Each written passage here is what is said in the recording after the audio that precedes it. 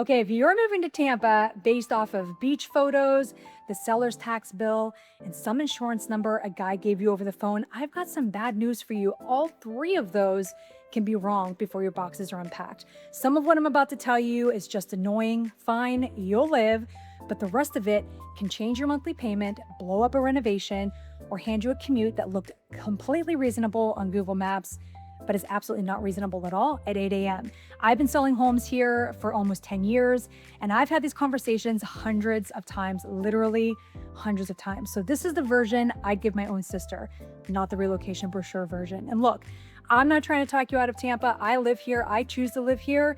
But before I get to the good part, you need this part. I'm gonna hold your hand when I say this, but Tampa is not a beach town. Let's just kill this one right away. Tampa is not a beach town. Those white sand beaches you keep saving to your phone are mostly across the bay in Pinellas County. Clearwater Beach, St. Pete Beach, Indian Rocks, Honeymoon Island, all of them are over there. If you live in Tampa, a beach day means you're crossing a bridge and you keep going west. On a random Tuesday, completely fine, no big deal. But try it again at noon on a gorgeous Saturday when the entire region woke up with the same idea. It's not going to be the same. Now, Tampa does give you some water, waterfront parks, boating, bayshore, the Riverwalk, canals. There's water everywhere here. But what most of us do not have is a golf beach right outside the front door. So if the beach is your number one, just tell me. I'll take you across the bay and we will find you something that brings you closer to it. Next is moving to Tampa is not one decision. When somebody tells me we're moving to Tampa, my first question is always, okay, which Tampa? Because South Tampa alone can mean Hyde Park, Palma Seca, Davis Islands, Ballast Point, Beach Park, or even Harbor Island. All different areas, all different price points. Seminole Heights is older bungalows, independent shops, and a completely different personality. But that's one of my favorite neighborhoods, and that's a whole other video. But downtown, Water Street, Channel District, that's where your newer high-rise living is. Ybor is history and nightlife and redevelopment, and it is very, very block specific.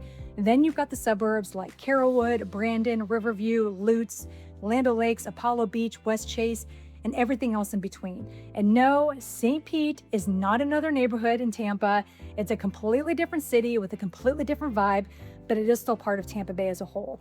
Every one of those choices changes your commute, your price point, your style of house, your weekends, and your actual daily life, which is why I don't want you opening Zillow first.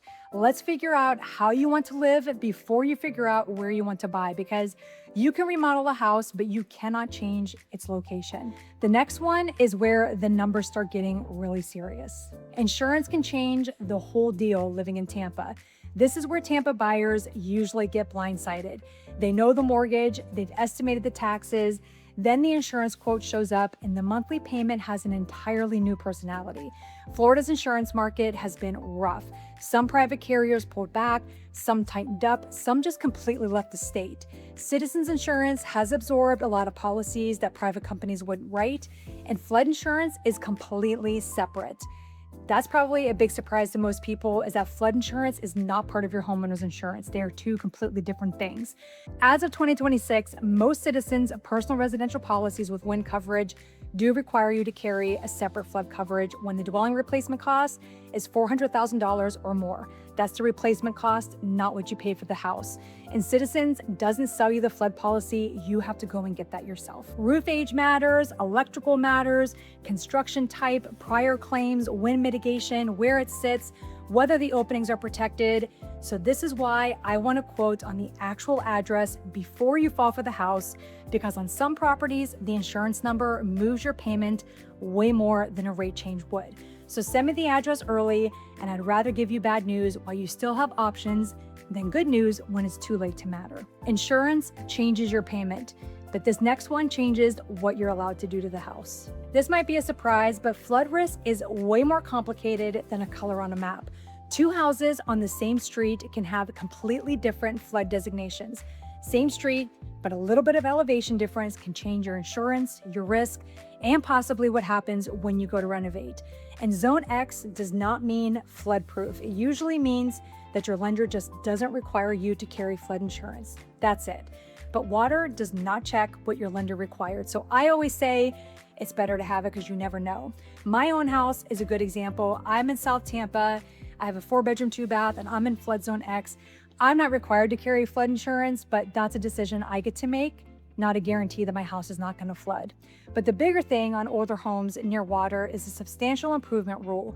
Generally, if your improvements or repairs hit 50% or more of the building's pre-project market value, current floodplain requirements can kick in. Depending on the property, that can affect elevation, design, materials, and what you're even allowed to build.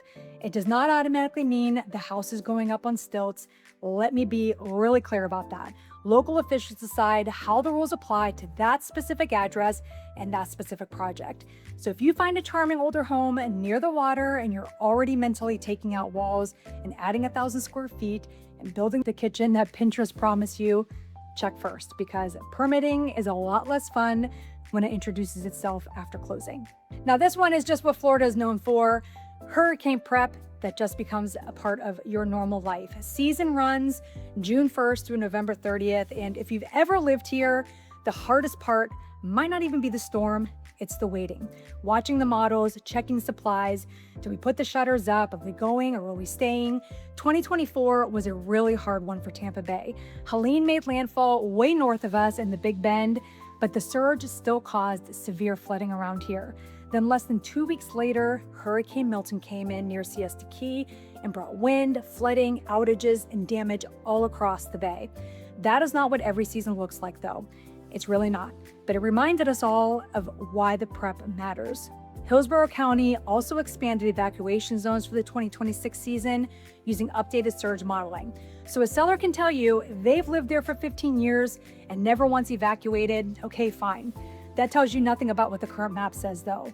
And flood zones and evacuation zones are not the same. Flood zones deal with year-round flood risk, insurance, building requirements, and evacuation zones are how officials decide who leaves when the surge is coming. So check the address. Don't let somebody's memory of Hurricane Irma become your emergency plan. Now, this one's not going to be much of a surprise, but summers here in Florida are genuinely hard. That's the season I dread every single year is summer. And I know what you're thinking.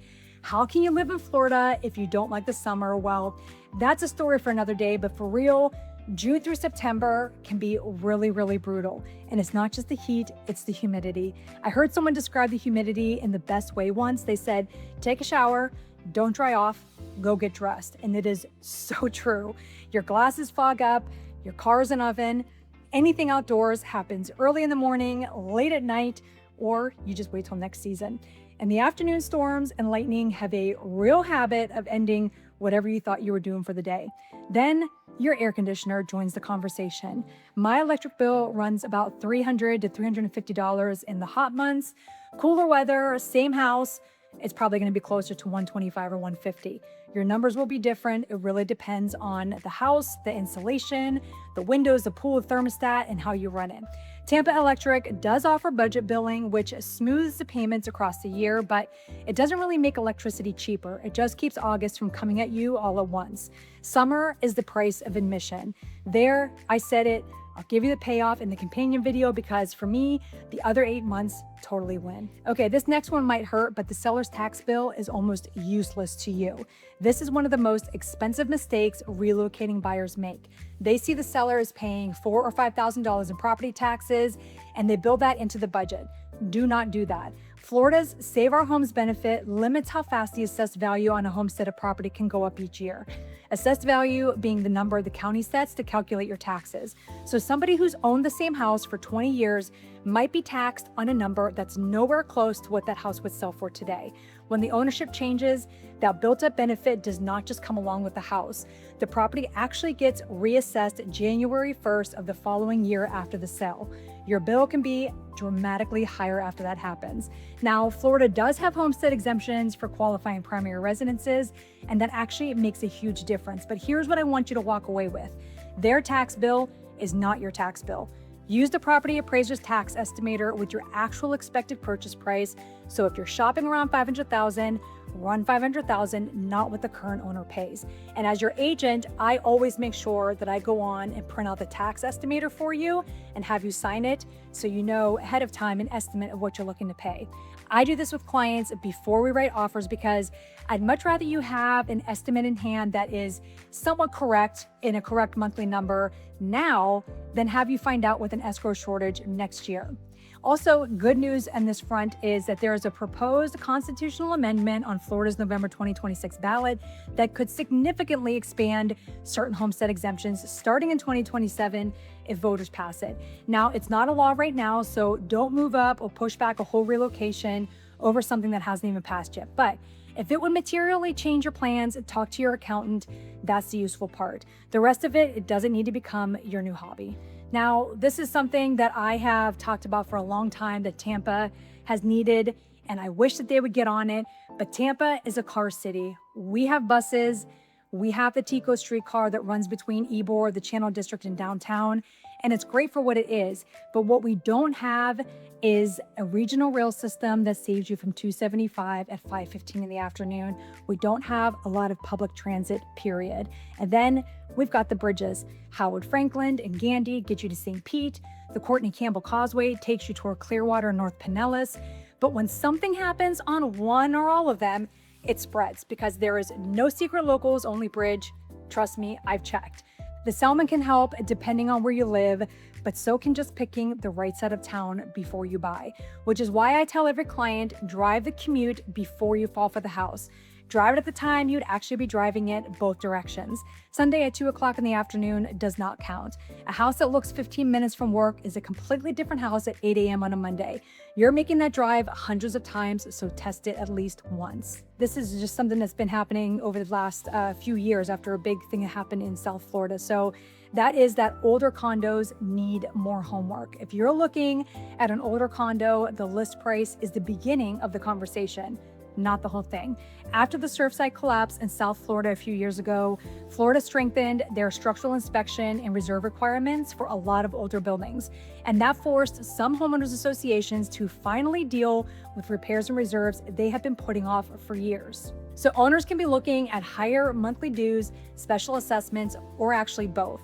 Some of those assessments are tens of thousands, and big building problems can go well past that. But that does not mean older condos are bad. It really doesn't. Heavier condo inventory has actually created real negotiating room for buyers who do the homework. The combination that scares me is an attractive price, suspiciously low monthly fees, and an association with reserves that don't cover anything.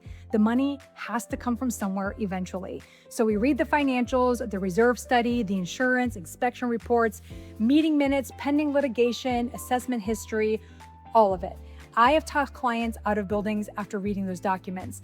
That conversation is uncomfortable for about 20 minutes, but a giant assessment after closing is uncomfortable for a lot longer than 20 minutes. Now, this one's not going to probably be a surprise to many of you, but Tampa's not cheap anymore. And if somebody tells you that Tampa is still a cheap Florida city, ask them when it was at the last time they bought a house here, because we're nowhere near pre-pandemic pricing. I'll tell you that. That ship has completely sailed. And the good news is the market has actually shifted. Inventory improved, homes are sitting longer, price reductions are back, seller concessions are back, buyers have negotiating power again, which they absolutely did not have when people were waiving inspections and offering up their firstborn to win a multiple offer situation. But I'll tell you one thing that is not happening, and that's a market crash. Don't listen to the headlines. All the stats are still positive here. So that answers that question. How you feel about Tampa pricing depends a lot on where you're coming from. If you're leaving coastal California or Miami or New York or an expensive Northeast market, you may still pick up serious purchasing power. Coming from a lower cost Midwest market, it can go in the other direction. South Tampa can put a smaller 2 or 3 bedroom in the mid 400s and up, and desirable pockets go well past that. Other parts of Tampa and the suburbs give you different trade-offs on square footage, age, condition, and how far out you are. So don't ask me if Tampa is affordable. Ask instead what your budget actually buys and the life you want here. That's a much better question, and I can actually answer that one. If you only remember 3 things from this, make it these 3. 1, get an insurance quote on the exact address before you commit. 2, estimate your taxes off of your purchase price, not the seller's bill. And 3, on any older house near the water, understand the flood designation and the renovation rules before you start designing the addition. Those 3 things prevent a huge percentage of the expensive surprises that I see. Tampa has hard summers, insurance headaches, hurricane prep, traffic, flood questions, and prices that are not cheap anymore. I know all of that, and I still choose to live here. That's probably the most sincere thing I could say about it, because I'm not pretending the trade-offs aren't real. In the other video I'm posting, I'm flipping this whole thing and giving you the 10 reasons that I still think that Tampa is worth it in 2026. And if you're trying to figure out which part of Tampa actually fits your life, drop your situation in the comments. I read them and I answer as many as I can.